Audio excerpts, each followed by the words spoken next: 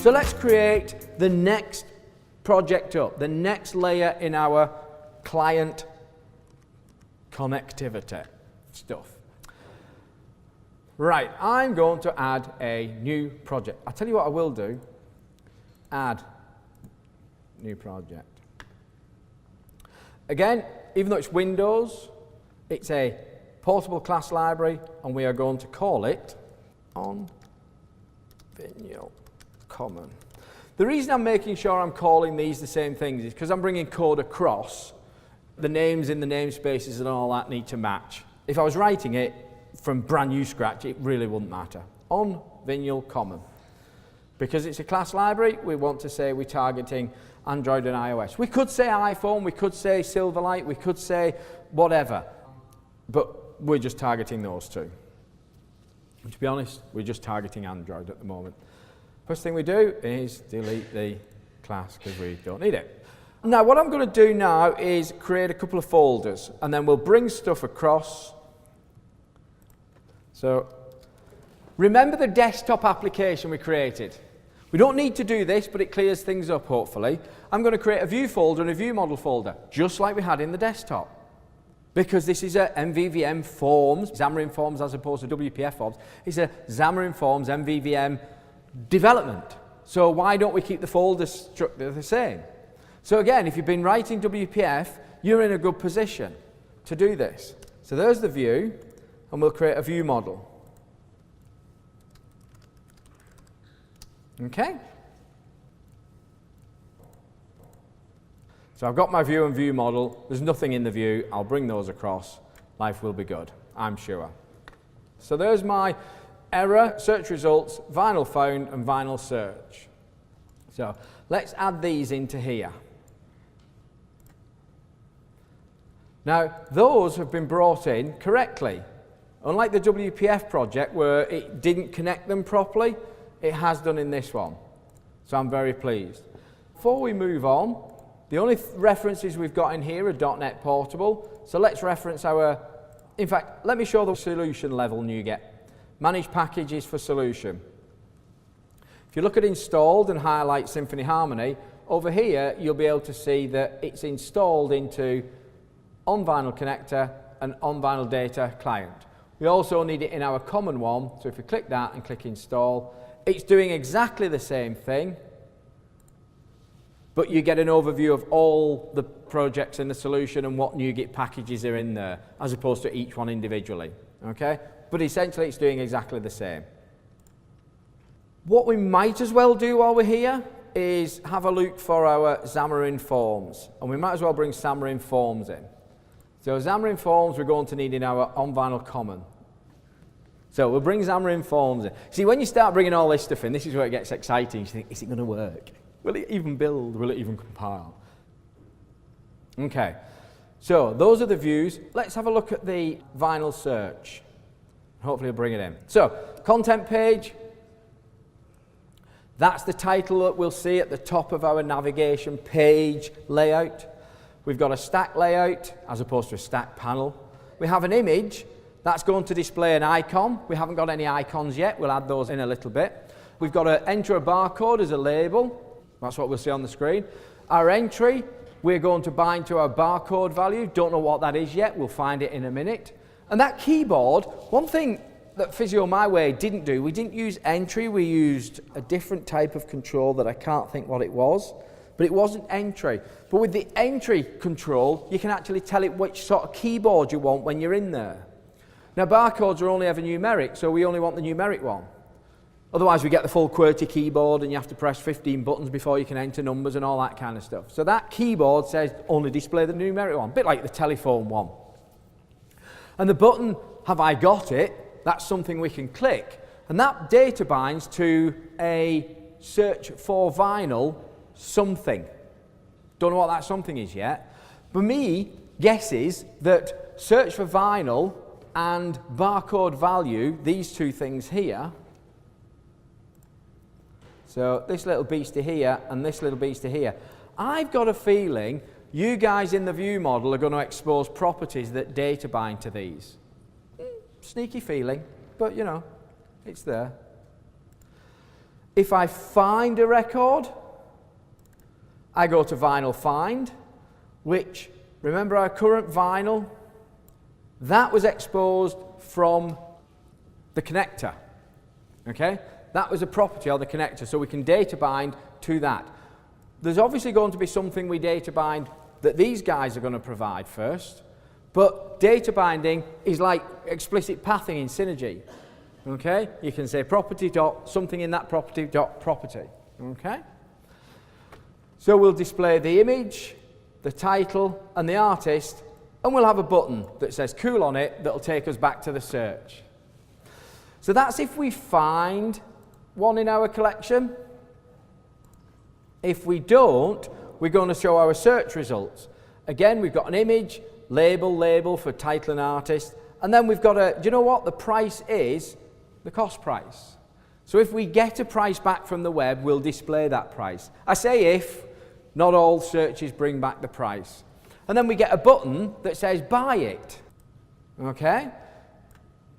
And that's going to be bound to buy vinyl command. Again, that must be a property that I'm thinking these guys are going to expose to you guys, and life is good. You don't need to know what that will do, and you don't need to know what it's going to be bound to.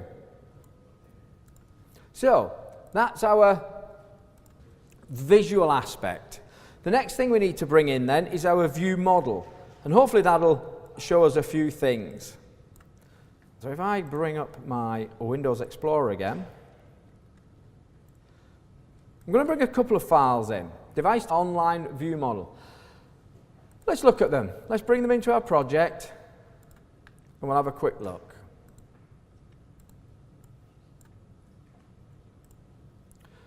Let's look at device type first. Simplest thing in the world. Device types, Android, iOS.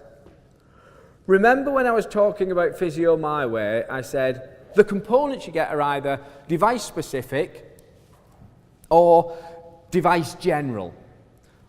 But a lot of them, sometimes you need to be able to know what device you're on. And we added this, or I added this, specifically for the motion detection. When you had the device, when you had the phone on, when you did this, okay, you did that 10 times. But if you remember, I only recorded motion during that time and that time. So during the whole time, if you went, yay, I didn't record any motion. But then I found out, to make it even worse, that the motion values of that on an Android was 372. The motion values of that on an iPhone was 0.7. So, although I don't need to know the device, I do need to know the device because I need to know, well, if I'm running on an Android, I'm working in the hundreds on an Android and the fractions on an iPhone, okay?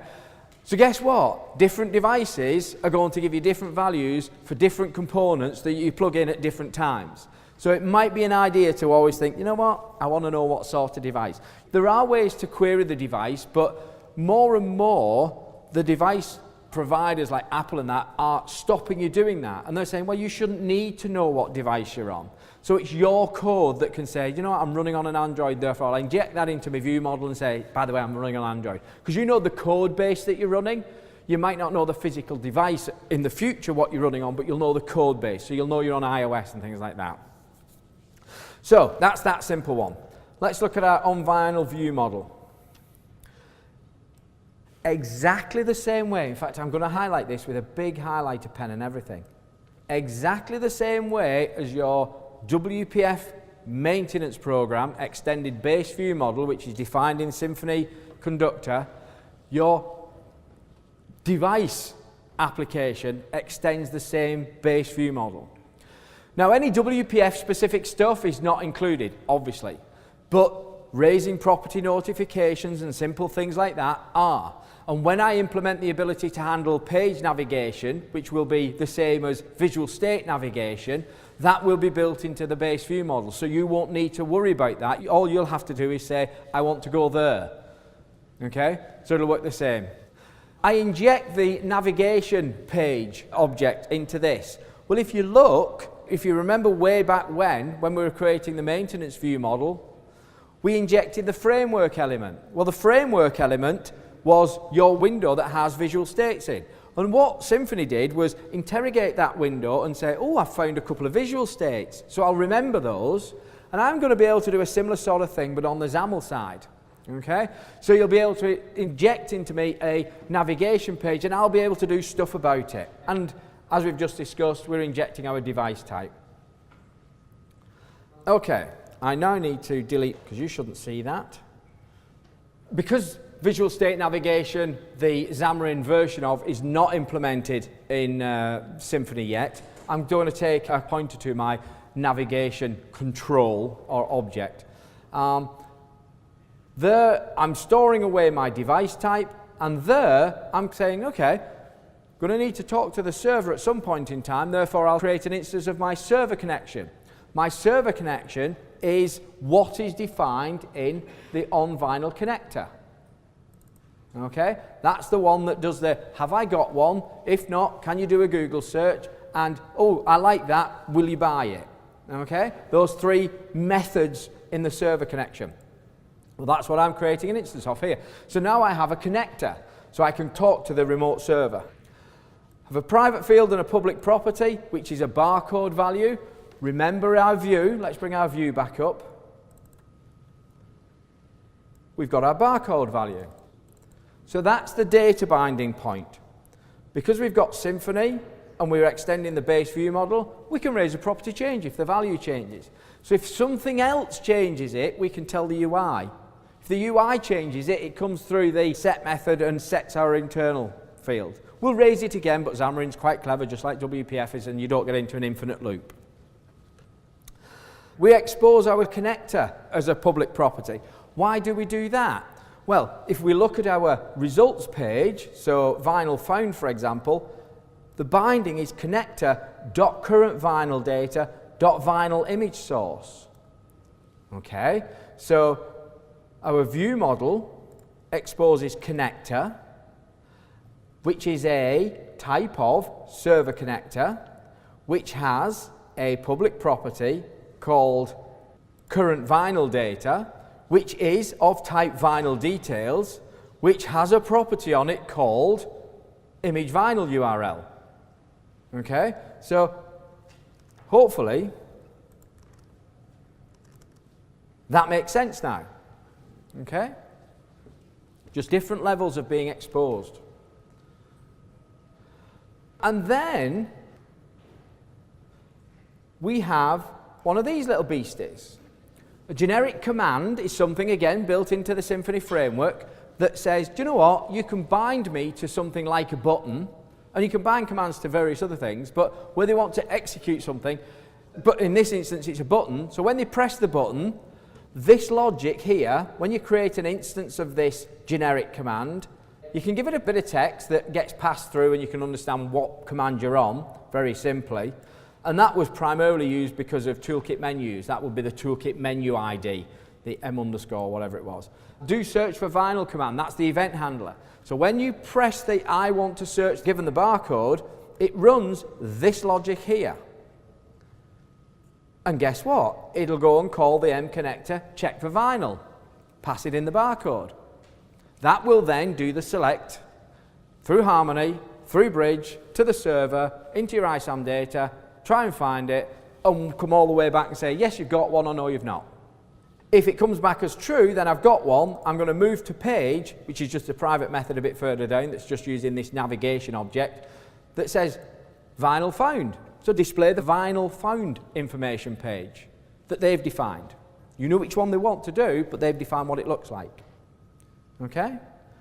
If it didn't find it, then we're going to call back to the server and say, can you go and find it online then, please? Now, you could argue that, well, why don't we just have one that if it doesn't find it, it returns it and all that kind of stuff. Oh, and then we'll have a flag to say, well, I didn't find it in your collection, I found it online, etc., etc. You could do that, but then you may want a client that says, I've been to the server, you don't have it in your collection. If I do a search on Google, it's going to cost you $20. Do you want me to do it? Oh, well, no. No, thank you. So you may not have the option to just do everything in one go.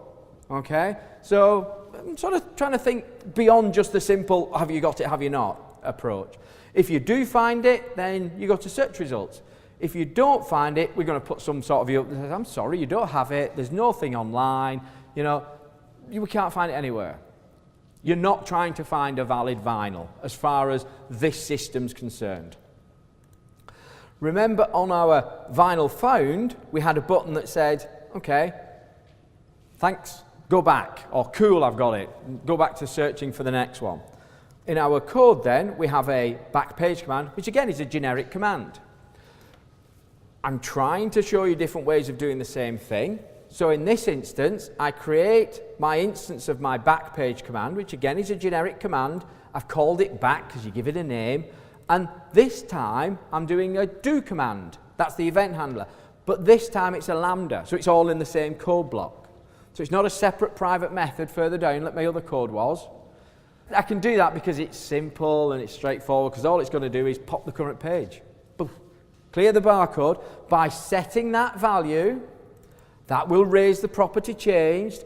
Anything that's listening to that data-bound property will clear the contents on the form, and we'll pop the page off. So whatever page we're displaying, I've found it or I've had an error or whatever, that page will get popped off, and we're back to give me a barcode, press to find it. Okay?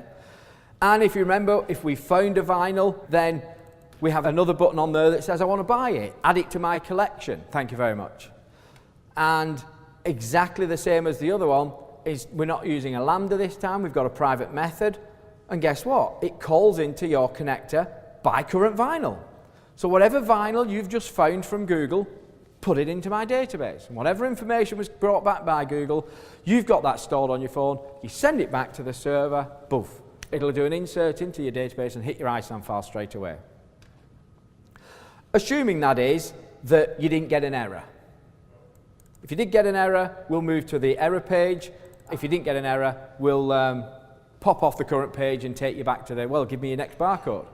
This app assumes that, like I do, yeah, I like that one, yeah, I'm having that one, and I walk out with 20 albums every time I go shopping. Page navigation, move to page, all that does is pop pages on and pop pages off. One thing we are going to do, we'll implement it in 2 stages, assuming we can get the Android to work. We're going to implement a barcode scanning facility. So you'll be able to pick your phone up, point the camera at the barcode, click a button, and it'll scan, and you won't enter any code. To do that, what I did was find a component called ZZing. And I think it was that one. So is that just going to put it into common? Yes, I believe that will put it into common, and you'll see loads of references up here get added. Well, let's see if this builds. It didn't build. Why did it not build? I'm missing something else. Tell me what I'm missing.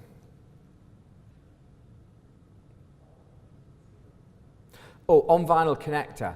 Okay, I need to reference my connector in my common.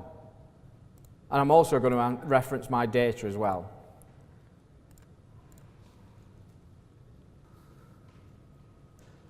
Right, what's happening here is it can't find initialized component. An initialized component is there, so why can't it find it? Initialized component is something that the compiler is building under the hood, behind the scenes.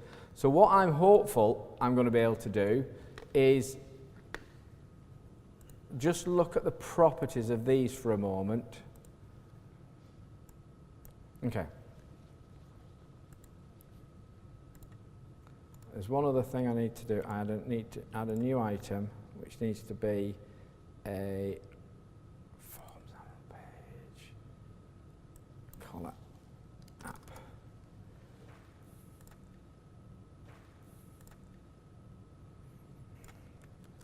So if I look at that, I'm going to change that to that, and I'm going to change that to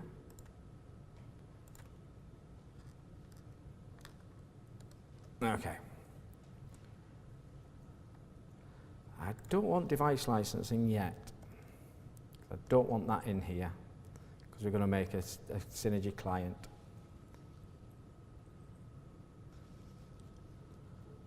It's not generating initialized component for these. Oops.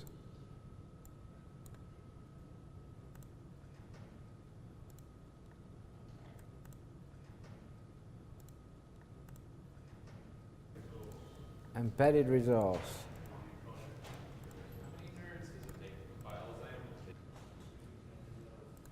I did forget, thank you to Marty and Jeff, as always, that I needed to reference. In the NuGet package, there's something called